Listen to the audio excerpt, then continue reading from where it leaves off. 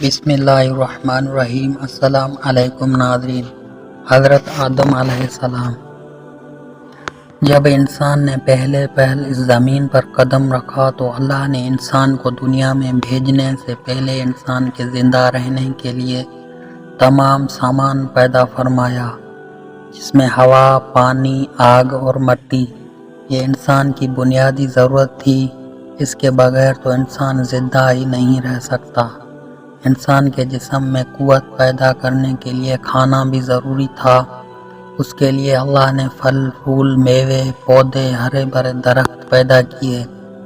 اس کے علاوہ سر اٹھائے بلند و بالا پہاڑ، رواں دواں گنگناتے ہوئے چشمے، بل کھاتے دریا، بیکراں سمندر، چاند، سورج، ستارے، غرض کے ہر وہ چیز جو انسان کے زندہ رہنے کے لیے ضروری تھی پیدا کی۔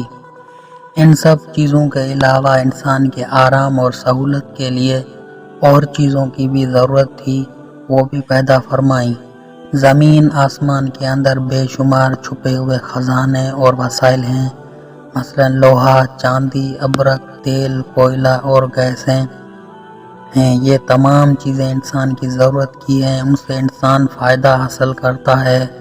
ان تمام چیزوں کو زمین کے اندر سے نکالنے اور دریافت کرنے کے لیے ایک ایسی ذی عقل اور علم رکھنے والی ہستی کی ضرورت تھی جو ان تمام چھپے ہوئے اور اوجھل چیزوں کو ڈھونڈ کر نکالے اور اپنے ہی لیے کارآمد بنائے۔ یہی ہستی جسے انسان کہا جاتا ہے، انسان کو اللہ نے عقل اور سوچنے سمجھنے کی صلاحیت عطا کی، پھر دنیا میں بھیجا۔ سب سے پہلے انسان حضرت آدم علیہ السلام تھے۔ انسان کی نسل حضرت آدم علیہ السلام سے چلی اور تمام انسان حضرت آدم علیہ السلام کی اولاد ہیں۔ اللہ تعالیٰ نے حضرت آدم علیہ السلام کو پیدا کرنے کے لیے ارادہ ظاہر کیا اور فرشتوں سے کہا، میں زمین میں اپنا خلیفہ بنانے والا ہوں۔ اس پر فرشتوں نے اعتراض کیا اور کہا، کیا آپ زمین پر انسان کو پیدا کرنے والے ہیں؟ انسان تو زمین پر فساد برپا کرے گا اور خون بہائے گا۔ ہم تو تیری پاکی بیان کرتے ہیں اور تیرا شکر بجا لاتے ہیں، کیا ہم عبادت کے لیے کافی نہیں ہیں؟ اللہ نے فرمایا، جو میں جانتا ہوں وہ تم نہیں جانتے۔ پھر اللہ نے خود اپنے ہاتھوں سے حضرت آدم علیہ السلام کا پتلا بنایا، پھر اسے سنوارا اور اسے مناسب شکل دی۔ اس کے جسم کا ہر حصہ خوبصورتی کے ساتھ بنایا۔ پھر اس مٹی کے پتلے میں اللہ نے اپنی روح پھونکی۔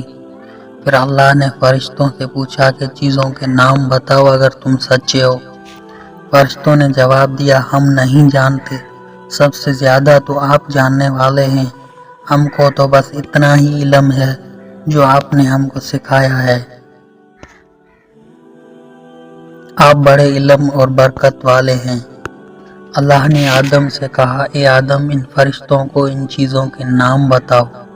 اللہ نے آدم کو تمام چیزوں کے نام بتا دیے تو آدم کے علم میں تمام باتیں آ گئیں۔ آدم نے ان چیزوں کے نام بتا دیے تو اللہ نے فرشتوں سے کہا، کیا میں تم سے نہ کہتا تھا کہ میں آسمانوں اور زمینوں کے اندر کے سب پوشیدہ باتوں کو جانتا ہوں اور جو کچھ تم ظاہر کرتے ہو اور چھپاتے ہو سب کا علم رکھتا ہوں۔ اللہ تعالیٰ نے فرشتوں سے کہا کہ آدم کو سجدہ کرو۔ تمام فرشتوں نے آدم کو سجدہ کیا، لیکن ابلیس نے سجدہ کرنے سے انکار کر دیا، وہ غرور کرنے والوں میں سے تھا۔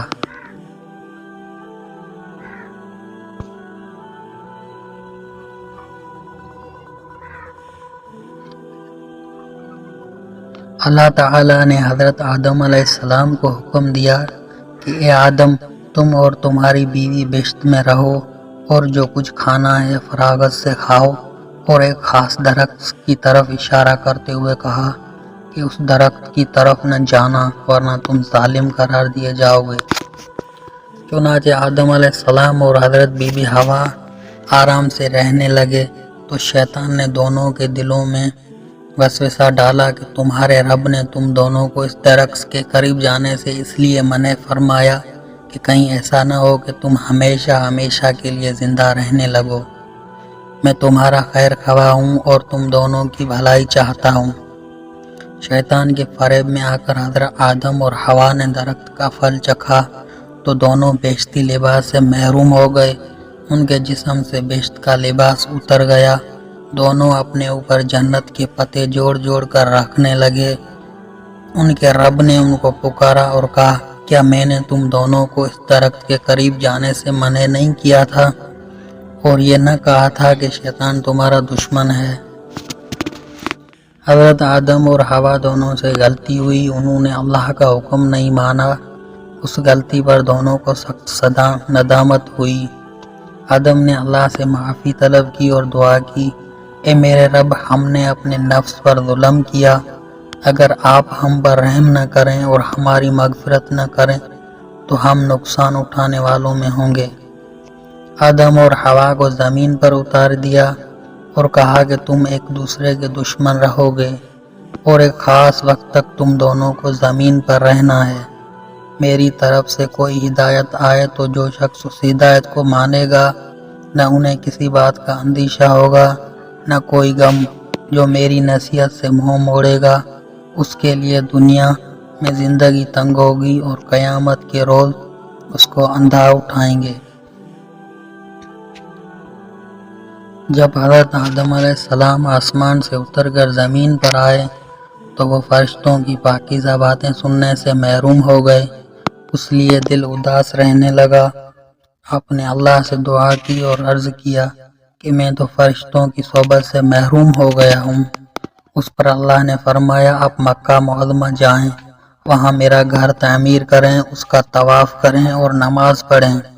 چنانچہ آپ علیہ السلام جبرائیل امین کے ساتھ مکہ معظمہ گئے، وہاں کعبہ کی بنیاد رکھی، نماز پڑھی اور طواف کیا۔ حضرت آدم علیہ السلام کے واقعے سے ہمیں سبق ملتا ہے کہ جس کام کو اللہ نے کرنے سے منع فرمایا ہے وہ نہ کریں، جو کام کرنے کا حکم دیا ہے وہی کریں۔ یہی عبادت ہے، عبادت نیکی ہے، نیکی عبادت ہے۔ جزاک اللہ۔